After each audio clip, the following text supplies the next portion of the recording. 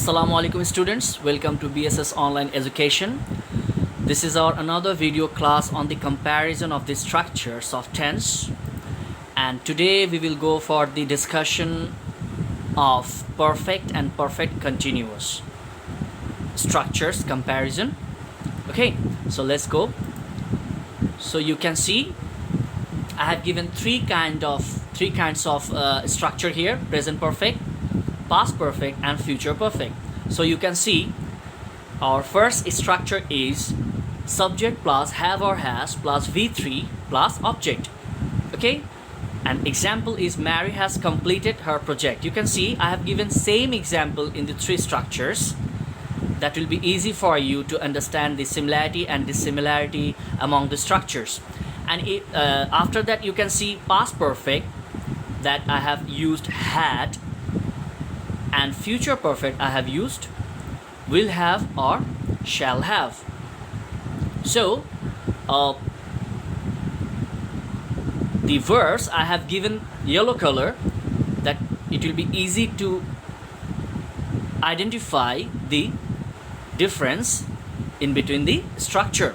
So see, Mary has completed her project. This one is present perfect, and here I have written Mary had completed her project. This one is past perfect. So Mary has, when it will be has, when it is present perfect. Even I can use have also. It depends on the subject. And Mary had completed, I have written it for past perfect because my structure is subject plus had plus V3 plus object. Okay, and future perfect I have used will have or shall have. Okay, you can see Mary will have completed her project. So in case of present perfect it will be have or has, in case of past perfect it will be had, and in case of future perfect it will be will have or shall have. But my action verb, my main verb will remain same, it will be V3. And I want to remind you something. I have said that in case of perfect tense, whatever the tense is present, past or future, always it will be V3. That means verb past participle. Okay, so what's the difference we have seen here? In case of present perfect have or has, V3, past perfect had, and future perfect will have or shall have. Okay, let's go for the another one, perfect continuous. Okay, this one is a kind of sentence structure that is just like little bit lengthy, but if you can understand it, it will be easy for you to apply in your sentence. So look at here, present perfect continuous, past perfect continuous and future perfect continuous. Okay, so we used to have problem in the auxiliary verb as well as the time, before the time.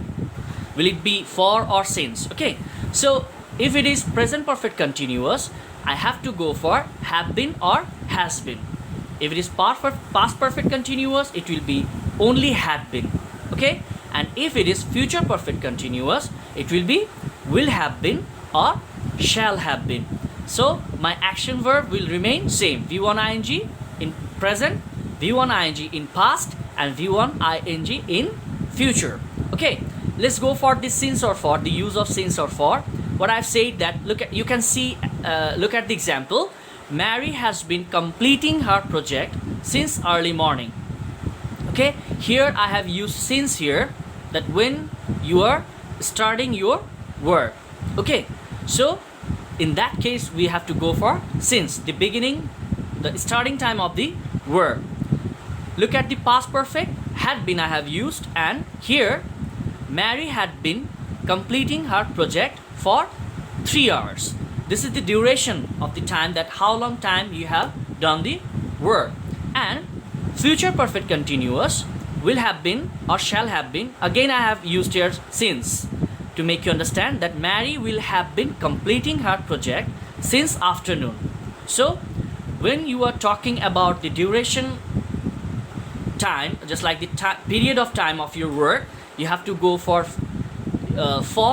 and if you're going for the just like beginning of the work, when you have started that work, you have to go for since. Okay, so I think this is just like it can help you a lot, this comparison, the structures, in case of practice as well as in case of just like find out the difference in between the structures.